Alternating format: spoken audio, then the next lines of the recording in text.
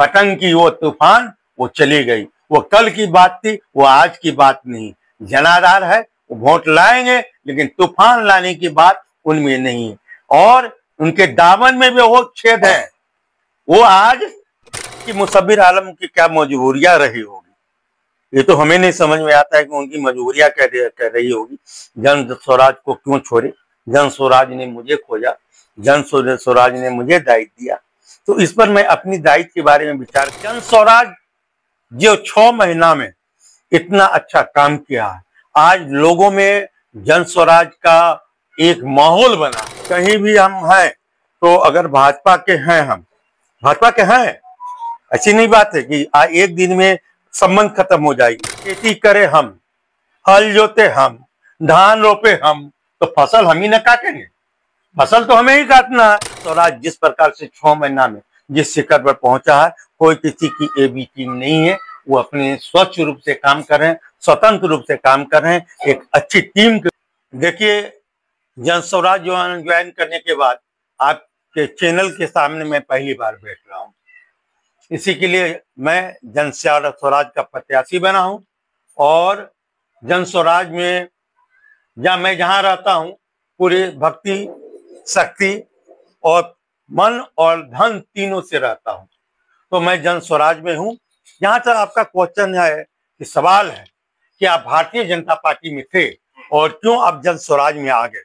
मैं भारतीय जनता पार्टी में, मेरी 50 साल की कहानी है। 20 साल बाबूजी और 30 साल मैं। भारतीय जनता पार्टी में मैं तन मन धन और समर्पण से था। मैं लगातार 30 वर्षों से भारतीय जनता पार्टी में झंडा लगाने से, झोला धोने से, पोस्टर लगाने से लेकर आम सभा करने तक मैंने काम किया। लेकिन हर व्यक्ति की राजनीतिक जो है कुछ ख्वाहिश होती है। मेरी भी राजनीतिक ख्वाहिश थी, मैंने भी कोशिश किया।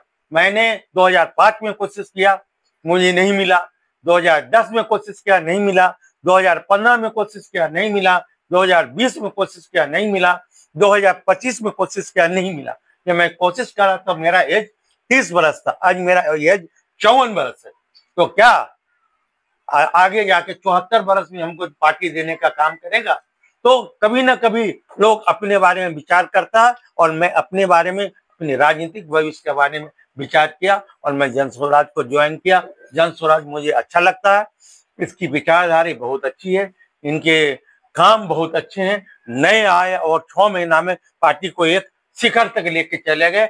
और आज के दिन में जिस प्रकार से एनडीए और जिस प्रकार से महागठबंधन है, उसी से किसी प्रकार से जन स्वराज पीछे नहीं है। इसी के लिए मैं जन स्वराज को दामन थामा है, दामन थामने के पीछे मैं धन्यवाद देना चाहता हूं जन स्वराज के टीम को, जिसने मुझे खोज के निकाला है। 3 बड़ी पार्टियां हैं पहले से, AIMIM, इंडिया गठबंधन, एनडीए गठबंधन, जिसके आप हिस्सा रह चुके हैं। और आपने बताया भी लगभग 50 साल आपने उसको अपना, 30 साल प्लस 20 साल आपके पिताजी थे, 30 साल आपने दिया, और अब लगे हुए हैं अभी तक। यहाँ तक कि जिस नेता को लाने में लोग यहाँ पे डरते हैं, गिरिराज सिंह, क्योंकि ये मुस्लिम बहुल क्षेत्र है और गिरिराज सिंह का यहाँ पे आना कहीं ना कहीं बदनामी होता है। उस बदनामी को भी आपने सहा है, आपको टिकट नहीं मिला, और 3 बड़ी पार्टियों के सामने जन स्वराज का क्या जनाधार रहेगा? देखिए, जन स्वराज जो 6 महीना में इतना अच्छा काम किया है, आज लोगों में जन स्वराज का एक माहौल बना है। सबसे बड़ी बात शिक्षा, जन स्वराज शिक्षा पर बात करता है, एजुकेशन पर बात करता है, और समाज में जीने के लिए एजुकेशन बहुत जरूरी है। एजुकेशन इसलिए जरूरी है कि एजुकेशन से ही समाज की सुधार होती है, परिवार की सुधार होती है, बच्चों की सुधार होती है। तो इसका एक ही फोकस, एक पहला फोकस शिक्षा है। दूसरा रोजगार, रोजगार कमाने के लिए आज हमारे यहाँ से बस भर के, ट्रेन भर के लोग जो है दिल्ली पंजाब जाते हैं और वहां 12,000 की नौकरी करते हैं। और हमारे इलाके में कोई रोजगार नहीं है जो घर में रहकर रोजगार कर सके। हमारे प्रशांत किशोर जी, हमारी पार्टी का सिद्धांत है कि यहाँ रोजगार देने का काम करेंगे और यहाँ के लोग घर में रह के रोजगार करेंगे। तीसरी, जो कैंडिडेट एनडीए ने दिया है, क्या उससे आप संतुष्ट नहीं रहे? देखिए, तो हम उस कैंडिडेट को जानते ही नहीं। लोजपा के लगभग 20 से 25 साल से वो जिला अध्यक्ष रह चुके हैं। देखिए, लोजपा के जो कैंडिडेट हैं, इनका नाम हमने सुना है, व्यक्तिगत रूप से हम उनको नहीं जानते हैं और वो यहाँ के है भी नहीं। अगर देना भी था तो यहाँ के बहुत सारे लोग थे, उसको लोजपा की टिकट। सर, एक सवाल बनता है कि एनडीए के उम्मीदवार चूंकि बहादुरगंज से नहीं है और अब कम ऐसा होता है कि लोग बाहरी लोग को वोट करते हैं, तो एनडीए बड़ा वोट बैंक है बहादुरगंज में 40 से 45 हजार। और अगर मैं जातिवाद की बात करना चाहूंगा तो इकलौते आप हैं जन स्वराज के टिकट पर।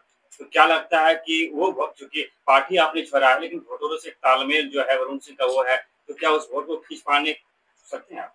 सर, खेती करे हम, हल जोते हम, धान रोपे हम, तो फसल हम ही न काटेंगे? फसल तो हमें ही काटना है।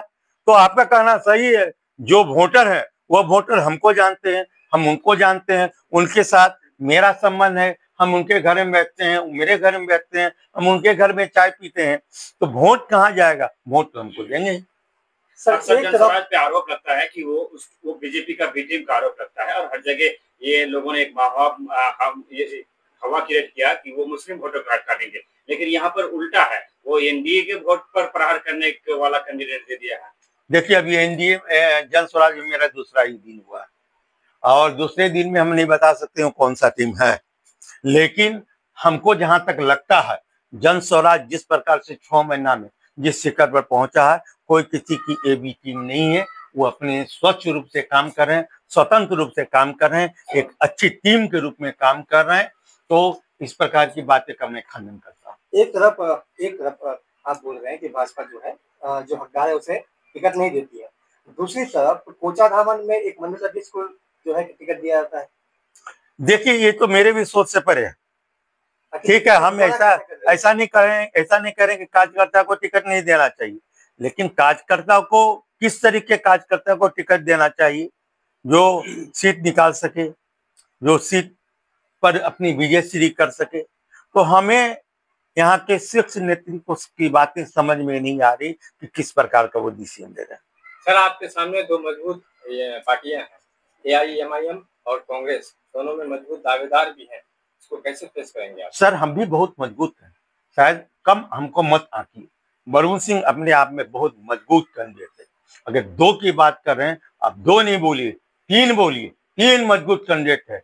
अगर कोई मजबूत कैंडिडेट है, उससे ज्यादा मजबूत वरुण सिंह है। आप जब से जन स्वराज ज्वाइन किए हैं, लोगों का प्यार कैसा मिल रहा है? बहुत अच्छा मिल रहा है, बहुत अच्छा प्यार मिल रहा है और लोगों में खुशी है और लहर है, खुशी की लहर है। पहले के तरह अभी भी चाह रहे हैं? उससे ज्यादा। यहाँ से जन स्वराज के प्रत्याशी के रूप में पहले मुसब्बिर आलम को देखा जा रहा था, कल उन्होंने जो है कि कांग्रेस के टिकट पर लड़ रहा है, क्या कुछ कहेंगे इस पर? अब देखिए, मुसब्बिर आलम की क्या मजबूरियां रही होगी, ये तो हमें नहीं समझ में आता है कि उनकी मजबूरियां कह रही होगी। जन स्वराज को क्यों छोड़े? जन स्वराज ने मुझे खोजा, जन स्वराज ने मुझे दायित्व दिया। तो इस पर मैं अपनी दायित्व के बारे में विचार करूंगा और अपने कार्यशैली के बारे में बात करूंगा। एमआईएम का बहुत प्रभाव था, 86,000 वोट लेके आए थे लगभग, जो भी विधायक थे वो अंजार नहीं साहब।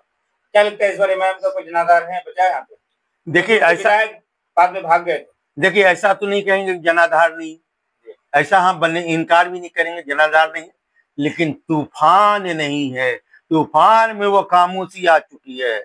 पतंग की वो तूफान वो चली गई। वो कल की बात थी, वो आज की बात नहीं। जनाधार है, वो वोट लाएंगे, लेकिन तूफान लाने की बात उनमें नहीं है और उनके दामन में भी वो छेद है।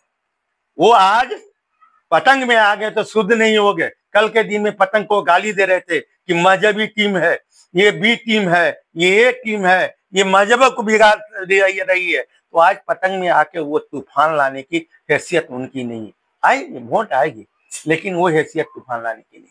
कौन बहादुरगंज विधानसभा के लोगों को क्या पैगाम रहेगा आपका? सर, मैं जन स्वराज से आया हूँ, मैं आपका परिचित चुना हुआ घर का बच्चा हूं और आपके सामने आपके समक्ष आया हूं।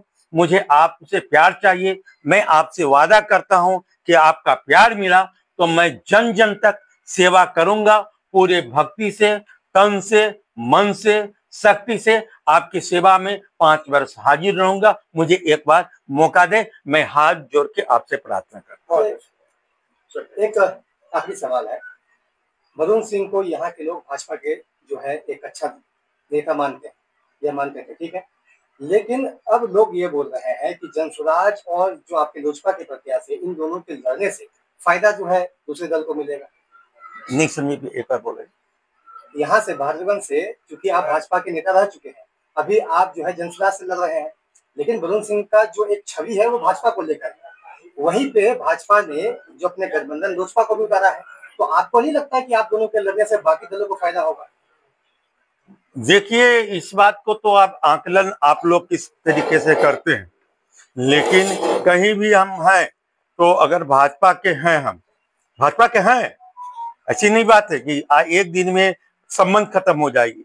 पार्टी का संबंध खत्म हुआ, व्यक्तिगत संबंध खत्म नहीं हुआ। व्यक्तिगत संबंध है, इसी के लिए मैं सब पे भारी रहूंगा, ऐसी कोई बात नहीं होगी।